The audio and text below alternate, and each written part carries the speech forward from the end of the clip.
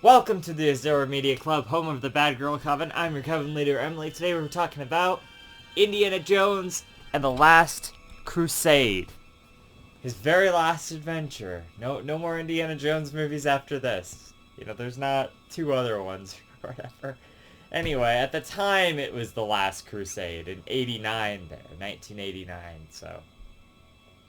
But this is my favorite Indiana Jones movie, and I can still now say that now that I've seen it again. There are a lot of things I like about the first Indiana Jones movie more, but it does play on a lot of those things in this movie too. It kind of brings back, like I was saying in the other reviews, a historical religious artifact, which seems to be the formula for great Indiana Jones movies, is you bring in the most historically famous and significant articles of like history, like the Lost Grail and the the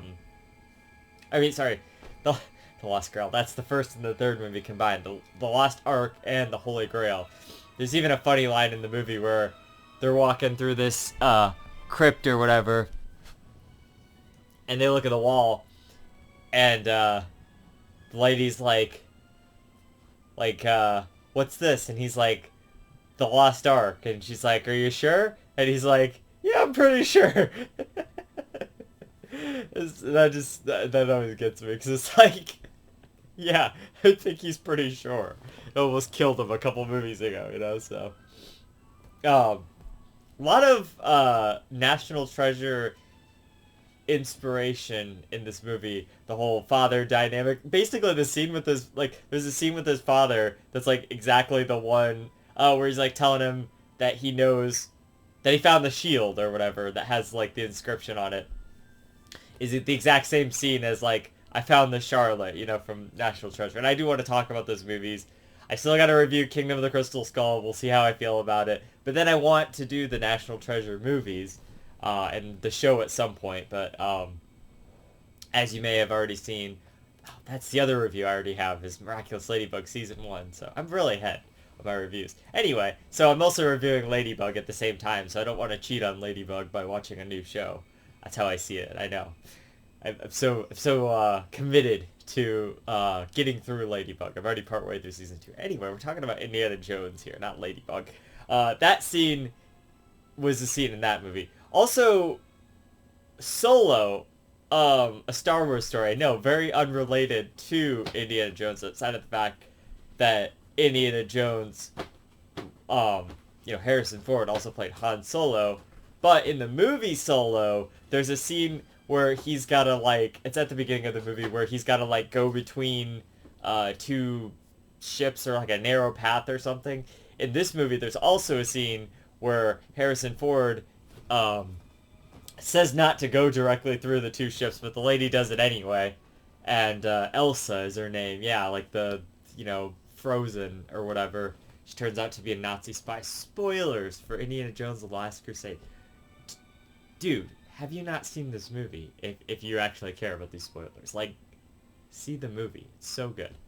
Anyway, so kind of a weird, different girl situation here. The last movie had a really annoying girl. The first movie had a very capable sort of girl, both pretty loyal to Indy. I mean, in the last movie, it was like, she just kind of had to be to get out of the situations and stuff. This one, she is manipulative. She's being manipulative because she's actually a Nazi, like, just trying to manipulate Indy to get the Grail diary. So that's pretty cool. I like the whole concept of the Grail diary, too. I know they, like, mention it in, like, Ready Player One and stuff. He starts calling his notes the Grail diary, which, is a reference to this movie, obviously. But, there's a funny line in Ready Player One, too. He's like, the other, Ernest Cline, like, what is he? No, James Halliday doesn't like to, acknowledge the other Indiana Jones movies after Last Crusade, and I tended to agree, or whatever. So, that'll show you how much people love the other movies after,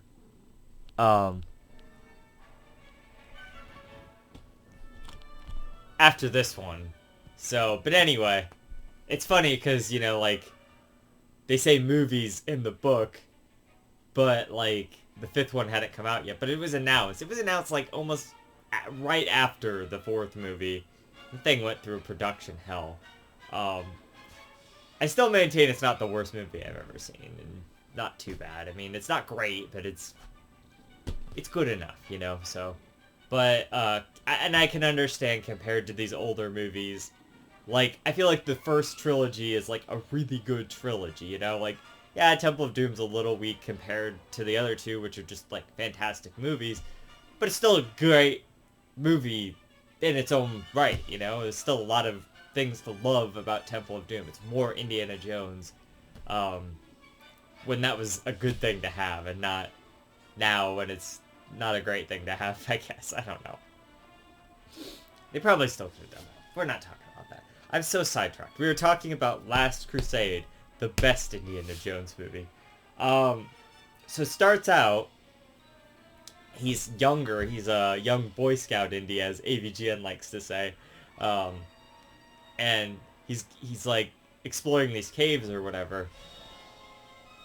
And this guy's trying to steal this cross. It's the Cross of Coronado or whatever. Isn't that why? Yeah, because the ship's named that later or whatever. That's what it is. Yeah. So anyway, he's like, it belongs in a museum and all this stuff. You know, like he always says. That line comes up like at least 3 times in this movie or something. But anyway, he steals it from these guys. When they find it,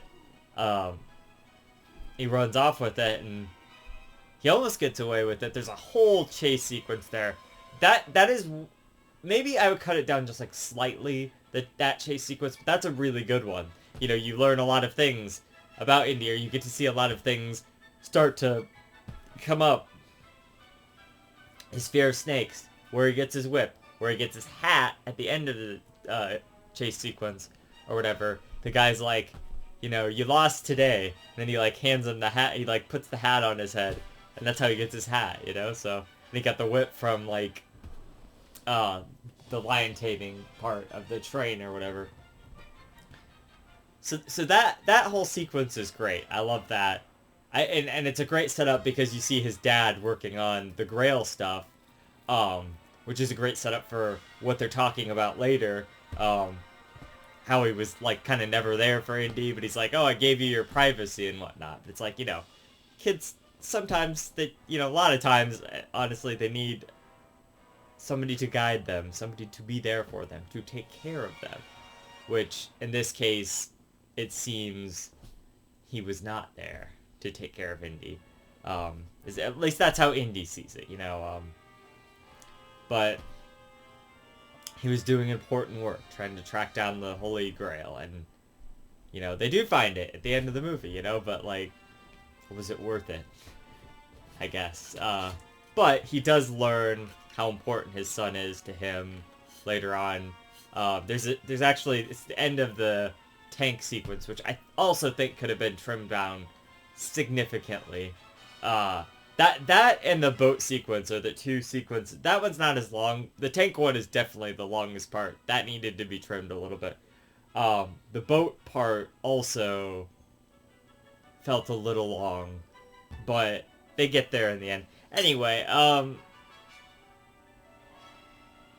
there's a couple other sequences in here where they're just like on cars and stuff. It's like, you don't need all that. Like, you know, I know the movie's only a little over 2 hours. It's not that long, but I'm just saying, like, brevity, it helps sometimes. I mean, it's fine. It was fine, you know, it was fine. It was great. It was a great movie. I don't care about those things, because they're just tiny little nitpicks. I never really totally felt like this was taking too long outside of, like, those few minutes that I had mentioned there. Everything else felt great, though. What really works about this movie is it's not always about Indy and a girl, or it's not always about, like, Indy and Short Round. That was kind of getting to where we are. But where we are now is it's about Indy and his dad. And Sean Connery is just a great actor, you know, and especially at the time and whatnot. And him and Harrison Ford play off of each other, like, really well. you know, and they have this dynamic. And it's just fantastic. That really, really makes the movie, you know? It really helps the movie, elevates the movie. You have this knowledgeable older man who's his dad, who has all this knowledge about the Grail, but then they'll make all these little jokes in there, like, he's like, they're like deciding whether, you know, he's like telling him, we need to go get the Grail, it's in Berlin, and he's like, no, but we gotta go that way, that's where the Grail Diary. He's like, we have to go that way, that's where the Grail is. And he's like, but there's tests. And he's like, well, don't you remember the answers to it? He's like, that's why I wrote it down, so I wouldn't have to remember, you know?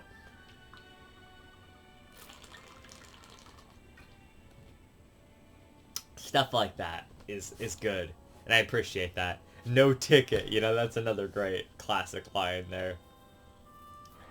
A lot of that kind of stuff, that's cool. You know, there's the scene, the book burning scene where they go into Berlin, they're in the heart of it, there's like all this Nazi parade and all this stuff. He steals like a Nazi uniform, he's there in line, he's got like the Grail Diary, and it's just like this tense moment if you don't know what's coming, and he's just like looking up at Hitler, and Hitler's looking back at him, and then he like looks down at the little book, he opens it up, signs it, hands it back to him, and he's on his way. Like, you think at first, oh shit, he knows that's Indiana Jones, and he's like, what if, you know, like, he's gonna fucking kill him or something, and he's just, he doesn't even know it's him. Send him on his way. That was great. That's always a classic scene. Hitler cameoed in this movie. Not the real Hitler, obviously, but, I mean, you had to have that, right? The Nazis were always, like, his #1 enemy. But, you know, like in the last one or whatever, the first one, that is, like, yeah, they were kind of a threat, but in this one they feel like a threat, you know, like, they have, like, tanks and shit, and I don't know, it's just, like, bigger and better, and, you know, he has to, like, go into the heart of the Nazis, you know, like, in that scene, or when they're in their castle, they're all over the place, you know, and so they have to find a way out of there. It's all cool and interesting and tense, and, you know, like the scene where they're tied up and it, you know, Henry, his dad, starts him on fire and all that, starts the room on fire, and they have to figure a way out of it. Stuff like that is, all those are just like really great sequences. Again, the father-son dynamic there works out really good, and especially with the actors, like I said, they just play off of each other really well, so. I think that's a big part of what I like about the movie, is that I feel like the action scenes are all done pretty well. There's a lot of great humor to the movie. I know in the past there was that, but this seems to have ramped it up a lot. Maybe some people find that a little bad or something, but I like that. I think that there's a lot of tense moments, but there's also a lot of humorous moments, like where they're in the plane or whatever, and he like shoots the tail of the plane, and he's like, I'm sorry, son, they got us. It's like he shot the tail of the plane, you know. Oh, it's funny. They're good together. I like them, you know. Let's see. So yeah, before that, you know, he was younger, then he goes and steals the cross back. He gives it to Marcus to put in a museum. And then Donovan, who's actually the villain of the movie, you know, another double cross later. That's kind of nice too, where you think like the people, and I know he even does the classic thing, don't trust anybody, and it's like, you trusted me, you shouldn't have trusted me. It's fucking, that's such a trope that needs to die at this point. But anyway, you know, at the time it probably wasn't as atrocious, but you know, we've seen a lot of that now, like, you shouldn't have trusted me. I told you not to trust anybody. Like, you know, it's such a thing. But anyway, so yeah, they find in this library. I like how earlier too he's like, X never marks the spot, and then he like looks, and then it's like, it's an X, you know, it marks the spot. They find the grave of one of these knights. They have half a tablet. Donovan does, that says like the location, I think, like, it says about the location of the Grail, and he needs the other half. It's on this knight's shield, the other half. So he has to go and try to find that, and that's in Venice. So then they go there. There's a library there. There used to be a church. So they find the X. They break down there. They go down there in this crypt. That's where the line about the Lost Ark and all that happens. And then, oh my god, I am just like Indiana Jones's dad there, Henry. There's rats. It's uncomfortable for me to watch almost. There's so many fucking rats down there. Hundreds, if not thousands of goddamn rats down there. And, oh my god. Oh, I hate it. I hate it. I hate rats. I hate them. Hate them. I hate them like Indiana Jones hates snakes, you know? Like, it's so funny that they would say that. He's like, he says that later too. He's like, oh, Dad would have never made it past the rats or whatever. So, yeah. Anyway, they find the knight's shield. He like sketches it onto the other half of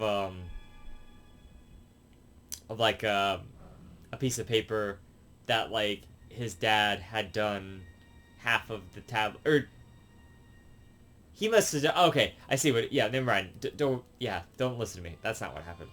Maybe, I don't know. He has half of it because he probably sketched it from the, maybe this happened earlier in the movie, I don't know, maybe I wasn't paying close enough attention. He probably sketched it from the half of the tablet that Donovan had, and then he did the other half, or he didn't sketch it, but you know, he like the paper like lets it trace on there or whatever, you know what I mean.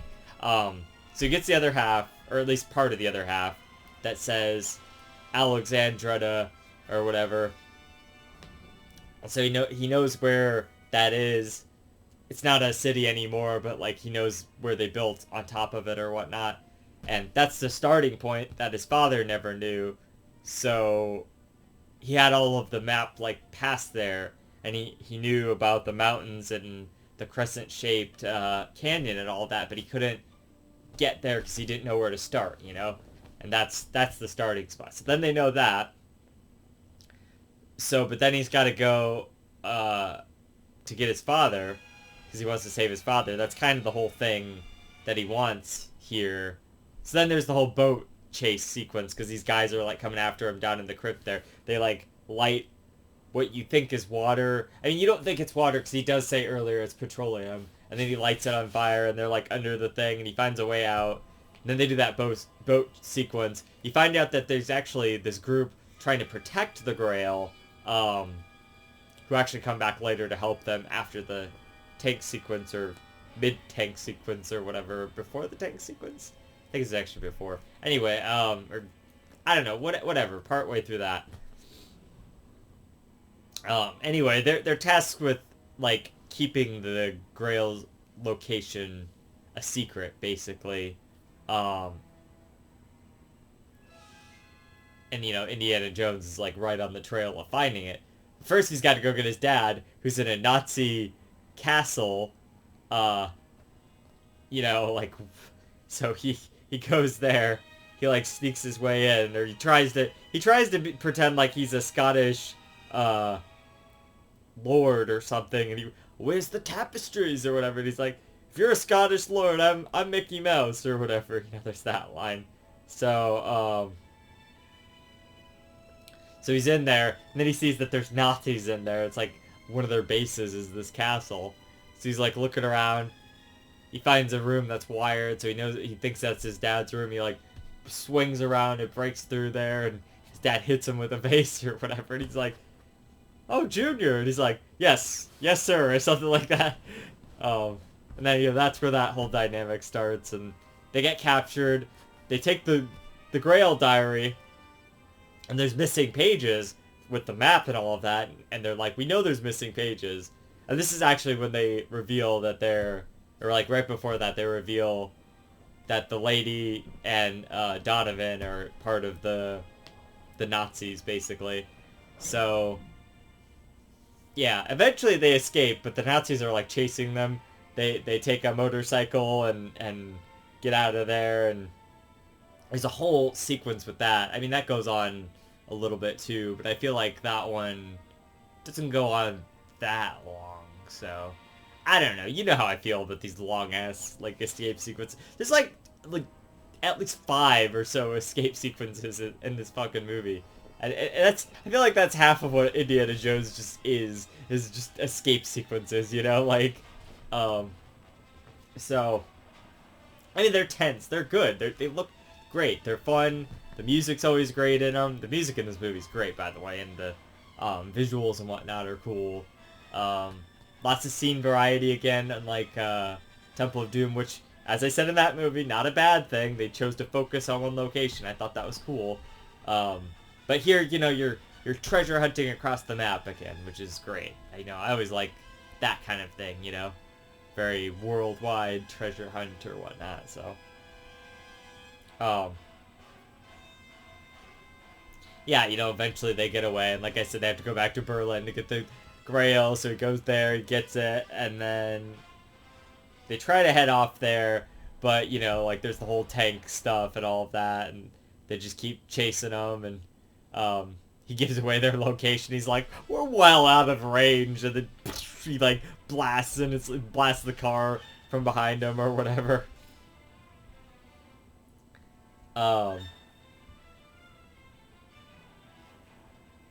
And I know I'm probably forgetting some scenes in the middle there. I don't know. I'm not gonna, like, I'm just going over the highlights here, you know, like, oh, I mean, yeah, so they try to get away on this, what do you call that, like, Zeppelin, or the blimp, or whatever it's called, like, that thing. They try to get away on that, and, of course, this is when he has the whole no tickets thing, and he's, like, talking to his dad, and he's like, you know, we never talk, like, we never got to talk when I was a kid. You're always obsessed with this Grail stuff. And he's like, well, I'm here right now. What do you want to talk about? And he's like, I honestly can't think of a single thing. He's like, what are you complaining about then? You know? It's great. Their dialogue is just really good. And they act it, like, so well. It's so good. Anyway, the thing turns around, and so they know they're headed back to Germany because they know that they're on the thing, or they know that the radio's out or whatever. They sabotage that, so they get on the plane, and then, you know, they have to, like, crash land that, and then they're running and trying to get away, and then this is when they start chasing them down. I think with is that what leads into the tank sequence? I can't remember. I think that's it. Eventually it leads there, yeah. So they.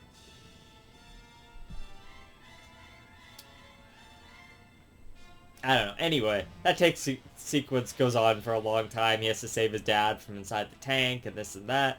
And then, you know, they finally... Oh, there's a great scene where once they finally get through it, the tank, like, goes over a cliff or whatever. And his dad thinks that Indy, like, went over the cliff, and he's just like, oh, I never got to tell him anything and all this stuff. And he's like, I regret it. I just needed 5 minutes with him. And then he, like, climbs up on a vine on the side there, and then they're, like, all looking down there, and he, like, goes right, and he, like, looks over, and he's like, oh, my boy, you know, and they all start to realize, and he's just like, I just love that reaction. They're all looking down there, and he's just like, what the fuck are they looking at, you know, like, that's great. You know, that's what I'm saying, this movie has a lot of humor to it, and that's good.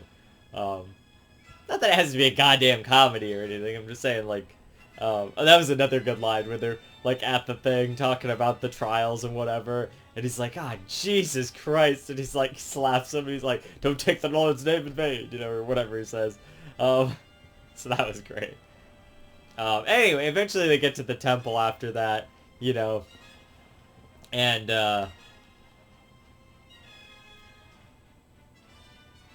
the Nazis are already there before them, but they don't know how to get through the trials. They keep sending people through, but they keep getting their head cut off because there's a clue. The first clue is the penitent man will pass, which means you have to kneel before God, or, you know, like, the penitent means you're humble before God, and then Indiana Jones, when he's going through, he figures out, like, kneel before God kind of thing.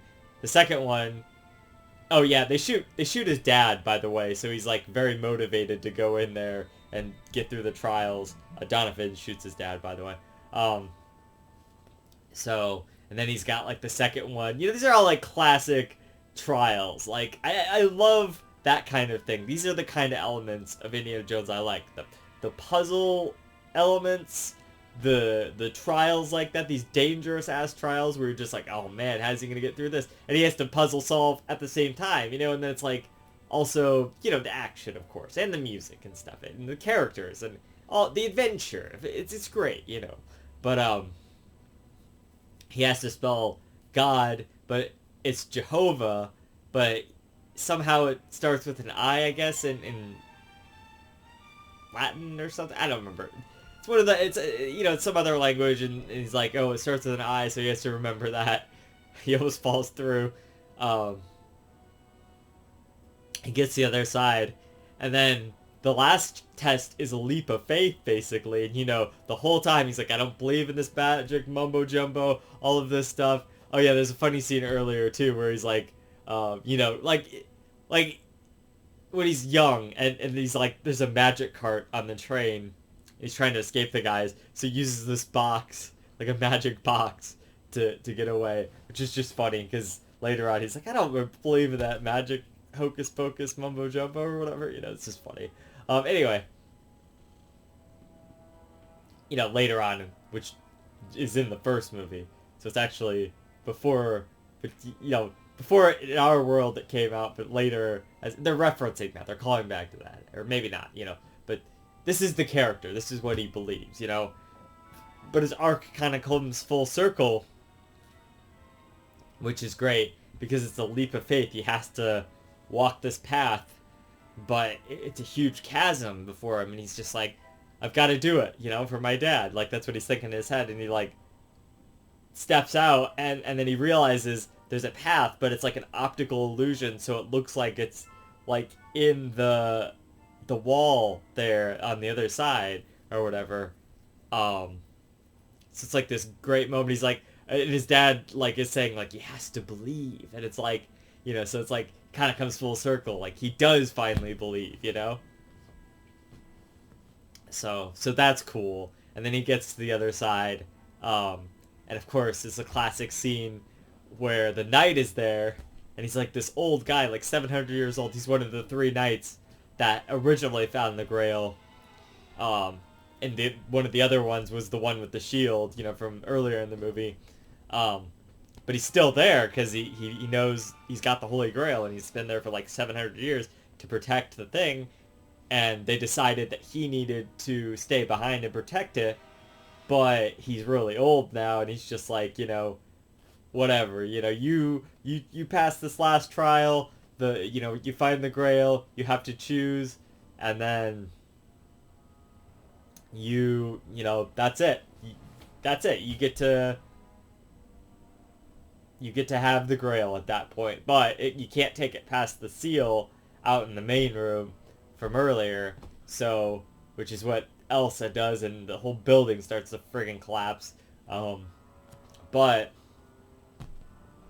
anyway, so Donovan's there, and Elsa's there, and he's like, well, I'm not a historian. I don't know what the Cup of Christ looks like, and she's like, she goes and picks the most extravagant one and hands it to him, and he's like, yes, the cup of a king, so then he goes, dips it in the water, drinks it, and this is a classic scene where it's like turns into a skeleton, and she's like freaking out, and he like ages like a bazillion years, like right there, and he like explodes and whatnot.